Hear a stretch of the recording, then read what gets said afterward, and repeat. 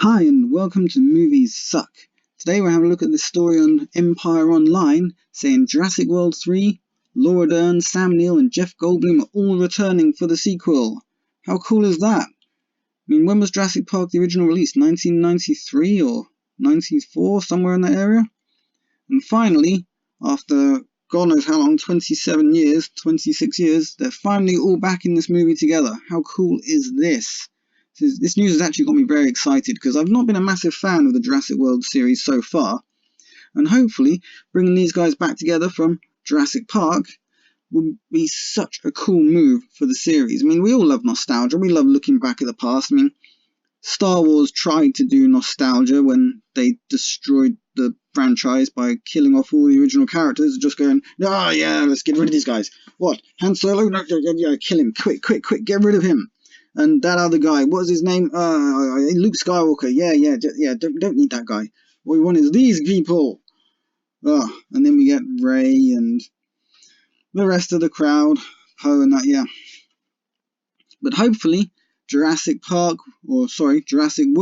will be a lot better than the Star Wars series, and they will treat these characters properly, because I've been looking forward to seeing these guys back together for a long time. Let's have a read of this story and see what they've got to say.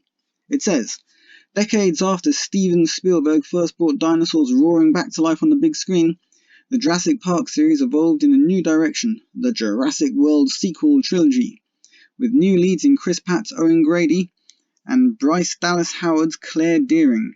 But in the upcoming Jurassic World 3, Claire and Owen are going to be joined by some familiar faces. Filmmaker Colin Trevorrow has confirmed that Sam Neill, Laura Dern and Jeff Goldblum will all be back reprising their iconic roles of Alan Grant, Ellie Sattler and Ian Malcolm. These aren't just going to be brief cameos, they're all back in major roles. Awesome, glad to see it. Hopefully they're back in their original character roles, obviously, because that would just be silly. This is just the best news I've had for the Jurassic World series, because I didn't know about you guys, but I found the last two Jurassic World films very underwhelming. I like the fact that the second film had a sort of haunted house kind of feel, what with the dinosaur running around in that cool mansion. And then adding the bit about the genetically cloned daughter, that's kind of an interesting thing. But on the whole, those films are just very derivative and boring. I didn't see much about them that was worthwhile. The action wasn't great. The acting was fine. I mean, Chris Pratt's funny as ever. But they just didn't have that thing, I don't know what. The X Factor, if you like. There's just something missing from the Jurassic World series that just doesn't drag me into it. Doesn't make me feel like it just doesn't allow me to enjoy it. I don't know what is going on with that film series, but it's just not great so far. So hopefully, harking back to Jurassic Park will improve the story a lot. I mean, let's face it, when they had Jeff Goldblum in Jurassic Park 2, The Lost World, he was good. He could hold the film on his own, he did well. Jurassic Park 2 was a pretty good movie. Unfortunately, Jurassic Park 3 went a bit stupid, especially when they decided to introduce that new dinosaur that's supposed to be scarier than the Tyrannosaurus Rex, which they continued into Jurassic World when they had the genetically modified dinosaur that was meant to be all interesting and drawing more crowds that's more powerful than the Tyrannosaurus. They should just stick with the Tyrannosaurus Rex being the big beastie on the block and stop trying to one-up him. Although that said, that sea monster from Jurassic World, the original Jurassic World, that was pretty cool. I gotta say, that was pretty cool in the second movie as well, though we didn't get to see much of it there. Anyway, back to the story. The news was confirmed at a screening of Jurassic World at the ArcLight in Hollywood last night, hosted by Collider and attended by Trevorrow and Dern, who dished the tantalizing update to a crowd of fans. The writer-director told the audience that Dern would be back in a major role, not a cameo, in the whole movie, before inviting Dern to reveal some additional news. She said, "I love dinosaurs. I love that you love them like we do. And it's not asking too much, but if I'm going to get to join this party again, I would hate not to bring my friends Sam Neill and Jeff Goldblum with me. Is that okay with you?" she said, and then Trevorrow reiterated, "Sam Neill and Jeff Goldblum and Laura Dern are returning in major roles in Jurassic World 3. Awesome. I just can't get over how excited I am about this, because I loved the original Jurassic Park. That was such a good film. The second one was okay. It had good moments. Although his acrobatic daughter kicking the velociraptor off of that building onto at those points that film went a bit wrong. But plenty of other bits were actually pretty cool. Jurassic Park 3 is best forgotten. I mean, Sam Neill is just great. I loved Sam Neill in Edge of Madness. So I do like Sam Neill, great actor. But that film was just terrible. But that said, I call that film terrible. I still enjoyed that film more than I enjoyed Jurassic World 1 and Jurassic World 2.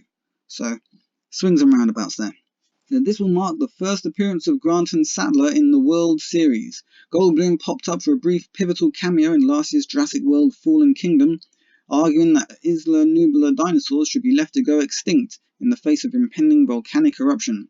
He will likely not be thrilled that some of the genetically engineered dinosaurs not only survived but are now loose in America and possibly beyond, as we saw at the end of Jurassic World 2, where the dinosaurs were just released into the country. Go free! Run free, dinosaurs! It'll be fine with all those unsuspecting humans that are pretty useless at fighting for themselves and fending off large, vicious creatures. I mean, if there was an epidemic of tigers or lions or any of these sorts of things, humans would be wiped out. Well, they wouldn't be wiped out, but humans would take a massive beating at first. Until we realised these creatures are free, then the army would hunt them down and kill them all, which is probably basically what happened with the dinosaurs. Let's face it, a Tyrannosaurus Rex is a big, tough mother effer, but Tyrannosaurus Rex versus an RPG, which can be held by anybody, any old person can wander around with an RPG and blow the hell out of something, I don't think it's going to fare very well. So are dinosaurs that big a deal, having them running around the countryside? If they could multiply in large enough numbers and have enough of the dangerous ones about, then yes, they could certainly be dangerous. Everyone would be thinking twice when they step outside their door in the morning. But if we know they're there, and, we're humans, we have the technology to deal with these sorts of things, and even if we didn't have the technology, just give a bunch of people guns, that'll sort the problem out, then dinosaurs roaming the countryside aren't really that scary. Not on the whole. I mean, they'll be scary for a while, and I'm sure that a few would escape, but it's just like big cats. A lot of people may not know this, but back in the 1970s in England, they brought in a law saying that you weren't allowed to own wild animals anymore, dangerous wild animals. So people who had lions and tigers and panthers and all these sorts of things had to get rid of them. I'm sure most of them were got rid of in the classic way by giving them to zoos or, in certain cases, having them destroyed. That sounds so bad. I hate it when they call things destroyed. That dog was destroyed because it was dangerous. No, they killed it. They put it down, they put it to sleep, which is such a nice, gentle way of saying it, but they killed it. And the same thing must have happened with lots of big cats and things in Britain in the 1970s. But a load of them were released into the wild. Released into the countryside, and even to this day we still have possible sightings of big cats in this country. And they've never been a problem. If they exist now, still, out there somewhere, they've not been a problem. We've had almost no sightings of them killing, so we've never had any cases of them killing humans. Killing the odd sheep and things they've been accused of, although that's just as likely to be a dog that caused that. But they were never a problem. Wildcats released in the British countryside, not an issue. Dinosaurs released in the countryside, bound to be an issue for a little while, but give it a couple of weeks, a month, and no more issue. So, I don't know where we're going with Jurassic World 3, I'm very interested to find out, and I'm really, really, really happy that they're bringing the original cast back. Anyway, enough of me babbling on for a little while, let's read the rest of the story. As for Grant, he was last seen escaping Isla Sorna with the military thanks to Sattler's intervention in the climax of Jurassic Park 3. In that film, we learn that Grant is an academic paleontologist and raptured by raptor research, and Sattler is a writer. But they're no longer a couple, instead she's married with kids to a boring guy named Mark. Poor girl. Married to a guy named Mark. Ugh, I pity her. I don't know why, what the hell am I saying? Who knows? Mark is a fine name. A fine, macho, strong name. What the hell am I talking about? Ignore me, let's get on with this. Will the underwhelming end of their relationship be addressed by Trevorrow and co-writer Emily Carmichael? How will the trio react to the news of major dinosaur activity on the mainland? Will Malcolm's acrobatic daughter return once again to kick a raptor square in the face? No, please no, don't let that ever happen again, because that was utter utter crap and really distracted you from the film. Dangerous Velociraptor, 10-year-old girl. 10-year-old girl versus... It's not going to happen. The thing would have torn her to shreds. That was one of the bits of that film that really, really, really annoyed me.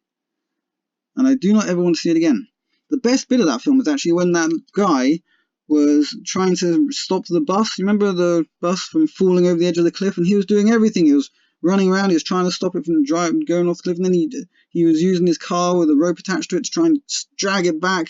And then he got killed by the Tyrannosaurus Rexes, which upset me. That guy was so cool. He deserved to do better than that. I was very upset that they killed that guy off in that film. But I digress once again because, let's face it, that's one of those things I do. It says, all will be revealed when Jurassic World 3 hits cinemas in summer 2021.